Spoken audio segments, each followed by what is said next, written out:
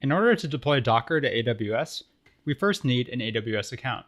Feel free to skip this if you already have one, but we'll go through the setup process together. Go to aws.amazon.com and you'll want to click on Create an AWS account.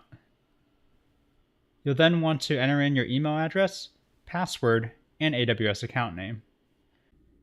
And then you'll want to fill in your contact information. And the next step is going to be payment information. While there are free plans under AWS, you can see here AWS free tier limits, those limits only apply as long as you stay within the limits. You can still be charged for AWS resources. So just keep that in mind when creating your account. Go ahead and enter in your credit and debit card information and then secure submit. The next step is going to be phone verification. AWS will call you using an automated system. Once you get the call, you'll be asked to enter in a 4-digit number into your phone keypad. Go ahead and type in that number. And then once that number has been typed in, then it should verify your account.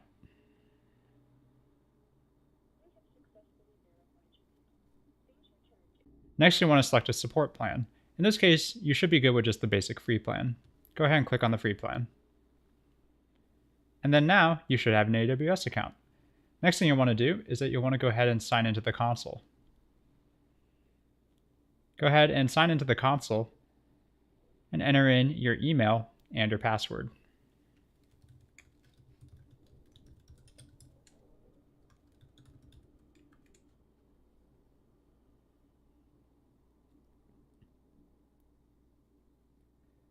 Once you've entered the console, you want to go ahead and go to IAM and do a little bit of additional setup.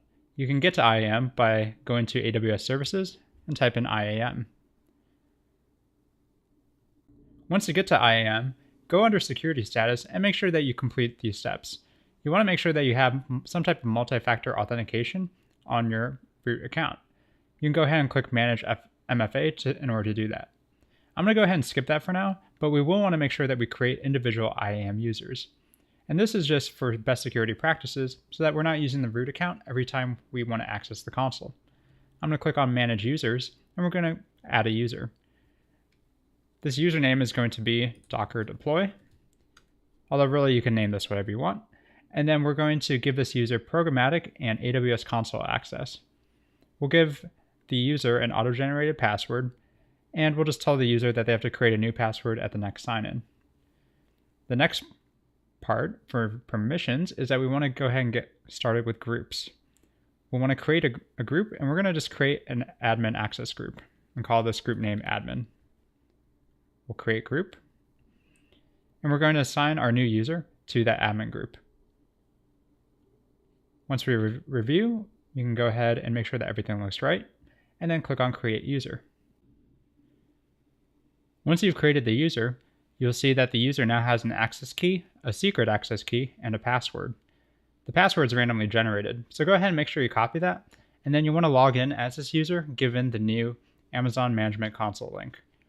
You can open that up in a new tab, type in the IAM username and the password, and now you'll be prompted to not only type in the old password, but then put in a new password.